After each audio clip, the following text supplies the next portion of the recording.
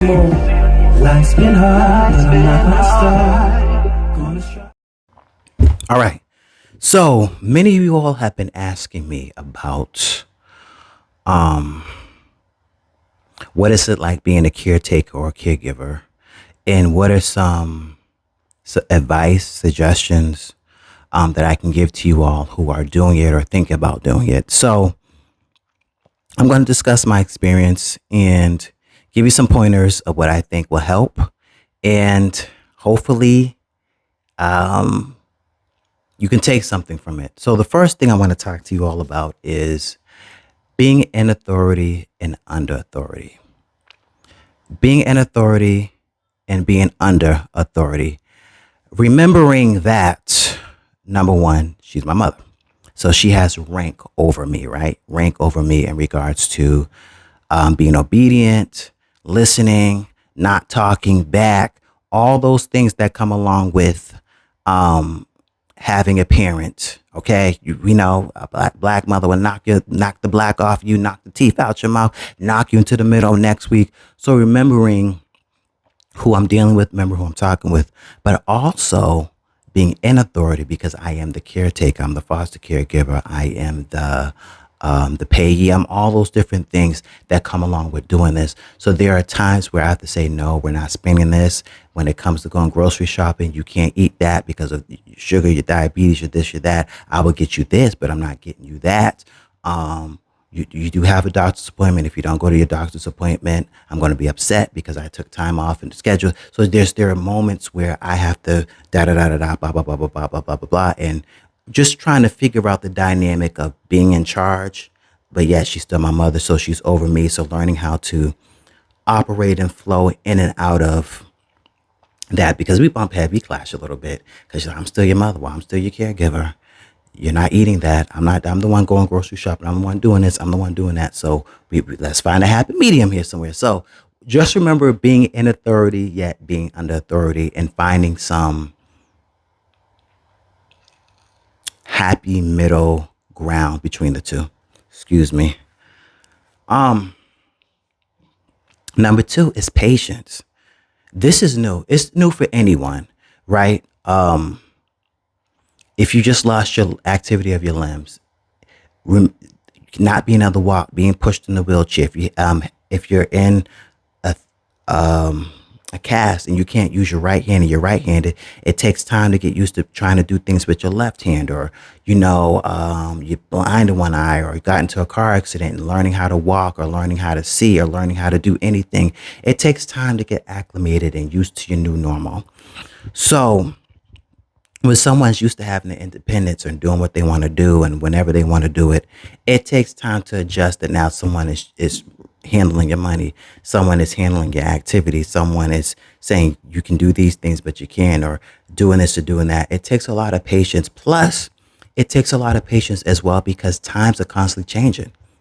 From my accident, my mom's in her 70s. Now, there's some very alert, very up-to-date people, but things are constantly changing. Even for me, every time I turn around, an app is updating. This is changing. You get a new email. We're getting ready to change the website. You're going to have to learn how to use the website this way. Management company from where I live at, they're saying now we're going to use this new system to pay your rent. You use this system to use the laundry. You use this, that. Everything is constantly changing. So imagine us who are tech savvy and computer savvy and phone savvy. Imagine someone who can use a phone and use a cell phone and can type a little bit. Imagine how things are constantly changing. So you have to be patient. Constantly remind them that things are changing, things are updating, and walking them through it. For example, our doorbell system changed. It used to be you push the button and you heard it, be over it because my dog was rah, rah, rah, rah, rah, rah, rah, rah, right? And then you go to the door and you push the thing. You say, "Who is it?" Da da da. And then you push the other one and you buzz them in, or you push the listen. It ain't like that no more. Now we had to download an app. We had to put the email address in. We had to create a passcode. We have different people that come in, the nurses and the lady who comes and helps me out 3 times a week. And then we have Amazon, the mailman, different people that come in and out the door. So maybe creating a certain code for certain ones and teaching, her how to use the apps. And then, a lot of times she'll call certain places. I'm like, Mom, you didn't have to call the bank. You could have just went on the app for that, or you could have used the app for this, or, if you want to use the laundry room, it's no longer quarters. You got to download the app, and then you have to use your bank card and do this and type this in and do that. So it's being very patient. If you're going to do this, you have to be very patient, especially as things change and adjust. And showing them how to do things. And if they can't do it, or they rather you do it, then know that that's what you signed up for. So just patience in that regard. Also, when it comes to patience and having your mind and your sanity, and do self care, but also in part of doing self care and taking care of you, I took a course. And one of the things that the lady said to me in the course is, make them involved in the process. When I first became the caretaker and stuff, it's because my mom had hurt herself and she was almost out of here and she was almost paralyzed, and it was just so many complications. And I'm like, I got it, Mom. I'll lift this. I'll do this. I'll do that. I'll do the groceries. I'll do the laundry. I'm going every which way. Just drive myself. I'll do the cooking. You don't have to stand up. Don't try to lift up the trash. Don't try to do nothing. I got everything. Da, da, da. And I'm going all over the place, plus trying to work, plus trying to do school, plus trying to do just things that I need to do for myself. And one thing that the lady said is, Jermaine, if she's not fully handicapped or not fully disabled or anything, and she has activities and she of her limbs and she can do certain things, make a part of the process. So, if you have a parent, there are some days where she say, hey, Jermaine, I'm actually going to try to do the dishes today. Let her do the dishes. Whatever she can't finish, boom. My mom can walk long walks, but she'll like, hey, I took the trash out the trash barrel and I put it by the door. I can't walk to the dumpster, but I did something. Sometimes she likes to sweep. So what I did is, instead of the dustpan that you put the thing on the ground and you do it, and I got the one where you have like the tall little handle and you can sweep that way. There's different things. So when I'm cooking, sometimes I'll say, hey, Mom, I'm making your favorite potato salad. Would you like to peel the potatoes? She might say, that's too much for me. Okay. Once I peel them, would you like to cut them? Or maybe you can crack the eggs for the potato salad and cut them up for me, or whatever the case may be. Or, hey, Mama, I'm making sandwiches today. Instead of me making the sandwich for you, I'll put the turkey and the lettuce and the tomatoes and everything, and we can make our own sandwiches. So get them a part of the process. Give them things to do. There's times when I'm cleaning. She say, I can't do too much, but I'll clean the kitchen counters, or maybe I'll clean the kitchen table, and whatever the case may be. So there are ways to get them involved in the process and speaking. And also, that's a good time to have conversations, sitting at the table doing things. And, hey, we're laughing and we're joking, and it's a good time thing for them, and it's a good thing for you. And you can ask questions and just share thoughts and get viewpoints and just different things that you can't get when you're trying to do it all on your own and you're in and out and you're just trying to rush everything. So get them involved in some of the stuff, and don't try to put everything on you. If they can do something, let them do it. They may not be able to pick up the laundry bag and all that type of stuff, but maybe let's fold the clothes together. You know what I'm saying? Or just whatever you can do to make them part of the process, then do that. Okay. I have a few more notes and points. Let me see. Y'all know I be faking the funk sometime. Let me put these glasses on real quick. I said being patient,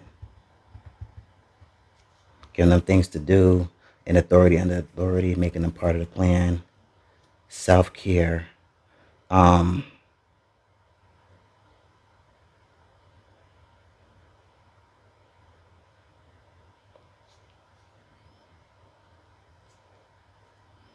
think that's it. I think I said everything I need to say. Um, have somebody who you can talk to. Get yourself involved in a group, a caretaking group, or something like that. Also, if you have siblings, get them involved. So, hey, on this day, can you help me out with Mom? Or can you help do this? Or can you help me out with this? Or, hey, I'm getting ready to go on vacation. Can you all check in? Get them involved. Keep them in the loop too. if they're close and are willing. Some families are different. Some families only show up when something's wrong, and then they want to act like they're big and bad and like they're doing something. But if you have a very caring family, get them involved as well. Don't take it all on yourself. Get everybody, get all the help you can get. Look into all the resources you can get. Sometimes there's day programs, there's caregivers and caretakers and caseworkers, and there's some appointments I don't even have to go to because they pick her up and drop her off. Do your due diligence and see about the insurance and what it involves. And remember that sometimes you will have to make executive decisions in regards to eating, clothing, sometimes even moving, all those types of things. And last but not least, the only con that I have, because pros is positive, cons is the negative, right? The only con that I kind of have is sometimes it interferes with my dating life. And I don't regret it. Because, whenever you meet somebody, excuse the hood works, y'all know I'm in the hood. But every time, I get close to somebody and they say, well, I want to come over, or let's hang out, where do you live and who do you live with? And then I say, I live with my mom. It's almost like this instant disgust. Like, ugh, you live with your mom and you're 30 something and I don't know. And I don't like to go into, I'm a best-selling author and my book's doing good and I have another one and I'm a YouTuber and I work jobs and I have incomes all over the place. I don't have time for that. But it does get discouraging that that's sometimes their go-to. And I always have to explain, like, I take care of my mom, I'm a caretaker and all this other stuff. If they want to judge me and think I'm a mama's boy or I'm a bum or I'm a scrub, because that's what TLC and them said, if you're living home with your mama, oh, yes, son, I'm talking to you. If that's what they want to think, then I let them think it. I don't regret it. Wherever I go, my mom's going to go. I'm not putting her up.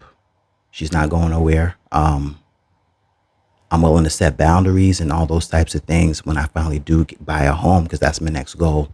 But I think that's only the one of the cons if you're a man and you're doing this, is that it can be perceived that you're living off your mom and you're not living off her. You're living free or you're leeching and all those different things. And that might not be the case. It just might be this is the best for the family. I'm the single one. I'm the non-married one. I'm the one without the kids. So it made sense in the beginning to do this. And then when health things declined and certain things happened, it just made sense to stay and be the caregiver, because I've had to check some of these caregivers. I've had to check some of these people. Don't talk to my mother like that. Be careful how you put my mother in the bathtub. My mother doesn't want this. She's saying, if you don't want to make her breakfast or make her some eggs or whatever the case may be, and you want to try to cook whatever, then cook it this way. I've had to tell one caregiver, like the people that wanted, I don't know, PCA, whatever they are, comes and does like cooking and cleaning. One time I had to tell the lady, you need to change your gloves. You just sat there and cleaned the bathroom, and now that my mother's saying that she's hungry, you went in there and didn't even change the gloves. So you have to constantly be on it, constantly looking. No, that's not the type of medicine. You got to constantly be looking to reactions of medications and all those different things. But I don't regret doing this, because I've seen sometimes how people care for other people's parents and family members when they're not looking. And then they only try to act like they're doing something when the new lease is up, or when people come and they start checking, how come the bed isn't changed? How come my mom's still in a dirty diaper, or whatever the case may be? Then the company wants to start, and the staff want to start acting like they care. I've seen hidden cameras at certain places where they show you how the senior citizens are getting treated and senior and elder abuse. And I would be in jail if someone mishandled my mom. So I'd rather do it. Yes, there are days and moments where we clash. Yeah, because what family members don't clash? Mom, daughter, father, son, mom, son, dad, daughter, whatever the case may be. But no one's going to give my mother the care that I'm going to give her. No one's going to give my mother the care that my siblings would give her, because we're actually family. We're actually her children. So I don't regret it. But sometimes it has hurt my dating life, because people are scared to come over or don't want to, whatever. and then I have to assure them that no, my mom's good. I just take care of this part of the situation. If you're going to be with me, like I said, I can set boundaries. We can go out. I travel. I go different places. I'm not stuck. Excuse me, it's hot up in these streets, but it comes with the territory. So that's my take on being a caregiver, and I hope that something that I said helps you, encourages you. You can definitely email me at the mainjshow@gmail.com. You can go on my website, the mainjchatshow.com, or you can hit me up here under the video, and maybe I can have a few y'all come on, and maybe y'all can give me some pointers so you can talk about your experience. But this has been another episode of Main Chat. Thank you all for tuning in. And once I come back on the next episode, I'll see you then. Peace. Life's been hard, but I'm not gonna stop. Gonna strive, gotta make it. What you see is